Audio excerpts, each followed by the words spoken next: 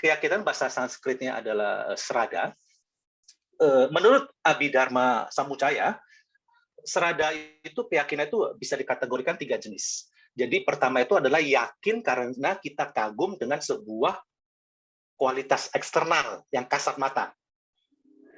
Kemudian sebelum ke bahas ini saya akan bicara dulu. Jadi keyakinan terus dia definisi keyakinan dia harus punya objek.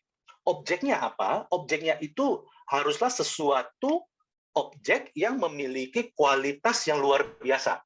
Dalam hal ini adalah Triratna, yaitu Buddha, Dharma, dan Sangha. Jadi keyakinan itu jadi keyakinan itu adalah sebuah corak batin. Jadi kalau di Buddhis itu dalam ilmu psikologinya Buddhis, kita bicara mengenai cita cetasika, jadi batin dan faktor mental. Jadi Buddha itu sebenarnya seorang pioner psikolog di masa beliau itu. Jadi beliau bisa merumuskan bagaimana cara pikiran bekerja, dan beliau mendefinisikan dengan sangat gamblang, yaitu bahwa dia bilang bahwa batin itu sebenarnya dia kerjanya itu menangkap objek. Jadi kita mendefinisikan batin itu dengan objek yang dia pegang. Jadi misalnya kita melihat lilin, atau kita melihat Buddha, atau kita melihat Mas Agus, atau kita termasuk objek-objek yang tak kasat mata, misalnya kita memori, atau kita mengingat sesuatu pengalaman tertentu, atau kita merasa senang terhadap sesuatu, merasa tak suka dan sesuatu, itu adalah cara kerja batin kita. Dan lalu ada yang dinamakan sebagai faktor mental, yaitu adalah dia mewarnai batin. Nah, keyakinan Sraddha ini adalah salah satu dari faktor mental bajik. Jadi Buddha mendefinisikan batinnya manusia itu hanya ada 2, yaitu dia diwarnain oleh sesuatu yang bajik atau sesuatu yang tak bajik. Nah, ada sekian jenis warna batin yang bajik, dan ada sekian jenis warna batin yang tak bajik. Buddha mendaftarkan secara gamblang. Jadi contohnya misalnya adalah kalau misalnya kita merasa marah, maka marah itu adalah sebuah warna batin yang tak bajik. Kalau misalnya kita merasa menginginkan, misalnya kita menginginkan ada nafsu keinginan, atau kita merasa cemburu, atau kita merasa sombong, atau kita merasa kikir, nah itu semua adalah contoh-contoh warna-warna batin. Lalu kalau kita bicara misalnya kita senang dengan orang berbahagia, kita senang. Terus kita melihat biksu, kita hormat. Terus kita misalnya merasa kasihan kalau melihat ada kucing nggak makan di pinggir jalan. Nah, itu adalah contoh-contoh warna-warna batin yang positif.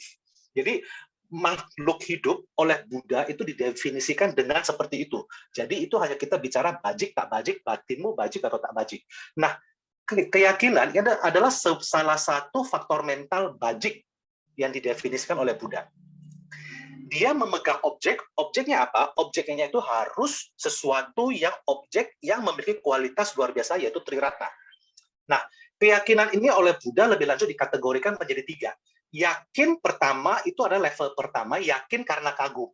Misalnya kita melihat Buddha misalnya kita datang ke Borobudur, kita melihat ada sebuah bangunan sebesar itu, dalam itu ada 504 patung Buddha, sedemikian megah. Atau misalnya kita berjalan ke Fokwangshan di Taiwan, itu ada patung Buddha setinggi 10 meter, dan kita merasa kagum dengan kualitas beliau.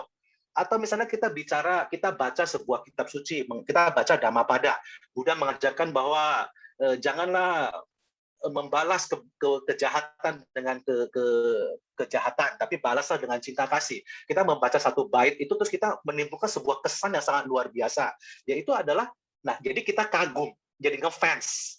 Atau kita melihat Sangha berjalan gitu dengan jubah warna coklat dia, dengan sangat, kita misalnya melihat Bhante Panyawaro, ya kan, dengan sangat beliau itu sangat kita bisa beliau sangat ganteng, terus beliau cara berbicara beliau itu sangat santun sekali, saya mendengarnya hati saya sejuk. Nah, itu adalah contoh-contoh keyakinan yang seperti itu, keyakinan level pertama. Keyakinan terhadap objek Triratna yang muncul di-trigger oleh kualitas-kualitas eksternal. Itu adalah sesuatu yang bajik. Lalu lebih jauh lagi, kita bisa membangkitkan sebuah jenis keyakinan yang semakin kokoh karena hasil analisa. Terus kita melihat Buddha itu ternyata itu beliau bisa semegah itu, Dharma bisa semegah itu, Sangha bisa semegah itu semata-mata ternyata karena ada hukum sebab akibat. Jadi artinya kualitas tubuh Buddha itu semua kenapa bisa semegah itu semata-mata ternyata hanya ada semata-mata ya ternyata hanya efek sebab akibat. Artinya beliau menghimpun kebajikan sehingga tidak ada cacat sama sekali di diri beliau. Kan kita misalnya kita lihat kita sekarang lahir minus mata saya itu hampir 20 minusnya. Nah, itu kan adalah sebuah hal-hal, berarti artinya ada sebab-sebab yang saya bikin sehingga membuat saya harus menerima penyakit ini. Terus artinya saya pernah melakukan sesuatu sebab-sebab yang tak bajik yang membuat saya harus menerima, misalnya saya kurang ganteng, saya sakit ini, saya sakit itu, saya nggak jago ngomong misalnya, atau saya saya miskin, saya suara saya jelek. Nah, itu kan semua adalah kita melihat dari aspek sebab akibat, hukum karma. Nah, kalau kita bisa melihat bahwa Buddha itu kualitasnya seperti itu, bahwa kita bisa melihat seorang Bante kualitas seperti itu artinya adalah Buddha itu dia memiliki sebab-sebab positif yang tanpa cacat, sehingga beliau memiliki sebuah resultan akibat dengan tubuh seperti ini, 32 tanda, kalau kan ada 32 tanda utama, 80 tanda sekunder. Sehingga beliau bisa menjadi seperti ini. Ceritanya begitu. Nah, karena kita menganalisa hukum sebab akibat, kita menganalisa dengan logika, dengan segala ilmu yang kita pelajari, dengan realisasi pengalaman-pengalaman meditasi, terus kita semakin yakin. Nah, itu adalah tipe keyakinan yang kedua. Lalu tipe keyakinan yang ketiga, ultimate, adalah sehingga kita membangkitkan sebuah keyakinan yang kita pun ingin menjadi seperti beliau. Ingin menjadi, artinya apa? Artinya kita ingin menjadi seperti Buddha. Masalahnya gini, ada sebuah seruan bahwa mengatakan bahwa ayo Borobudur itu kita jadikan sebagai tempat untuk menghimpun kebajikan. Ada cerita seperti itu kan, ada orang mengajak seperti itu. Tapi permasalahannya bagi saya, menghimpun kebajikan itu bukan sesuatu yang fundamental. Ada sesuatu yang lebih fundamental yang dibutuhkan sebelum kita bicara menghimpun kebajikan. Jadi ceritanya begini, kita tutup mata, nggak usah lihat slide ini kalau membingungkan. Kita begini aja, kalau kita punya keyakinan terhadap sesuatu, maka kita berjuang terhadap idealisme itu kan. Kalau misalnya kita tak punya keyakinan terhadap barang itu, kan kita akan males melakukan sesuatu itu. Katakanlah kalau misalnya kita sangat ingin sekali ke Borobudur misalnya ya, atau kita ingin sekali ke Korea misalnya, kita nggak usah bicara, kita ingin sekali ke Korea, itu artinya kita punya sebuah keyakinan bahwa Korea itu bisa memberikan kebahagiaan yang luar biasa kepada saya bisa ke sana, lihat ini, itu artinya ini adalah sebuah rasa yang memicu sehingga kita itu nggak males dan kita bekerja setengah mati, nabung, dan kalau misalnya kita dagang, tapi dagangannya nggak laku pun, kita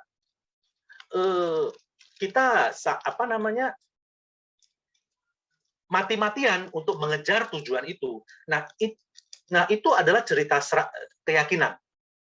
Oke, dan ini sama halnya, maka Buddha juga menjelaskan begini. Jadi dikatakan bahwa ya di sini keyakinan itu adalah pemicunya, adalah ibunya di kutipan yang di sini. Jadi keyakinan itu adalah basis bagi, dia adalah sebab bagi kualitas bajik yang lainnya. Kalau tidak ada srada, tidak ada keyakinan, lupakanlah. Ceritanya begitu. Kalau kamu misalnya tak yakin pada Buddha, ya ngapain kamu ke wihara, ya toh? ya akhirnya kan ujung-ujungnya saya minggu ya lebih baik saya nonton Doraemon di rumah, atau lebih mending saya karena saya udah capek kerja seharian, 1 mingguan 6 hari 5 hari di kantor, ya sekarang saatnya saya merasa saya lebih bisa terpenuhi kebutuhan saya dengan cara berbaring di kamar daripada saya bertemu Buddha. Jadi makanya saya memilih opsi itu. Kalau gitu kan cerita sudah bubar. Kita bisa saja mengatakan bahwa kewihara itu adalah wihara adalah sebuah bangunan yang sangat luar biasa yang bisa menghimpun kebajikan. Narasi itu sudah gagal total. Karena kita kalau tidak punya keyakinan bahwa Buddha itu bisa memberikan solusi sama kita lebih percaya bahwa ranjang saya lebih bisa memberikan solusi kepada saya. Maka saya memilih ranjang. Saya nggak memilih Buddha. Saya nggak memilih wihara. Logikanya sesederhana itu. Jadi kita tidak bisa ujuk-ujuk mengatakan, ayo kita menghimpun kebajikan di Borobudur, tapi kalau prinsip itu tidak dipahami.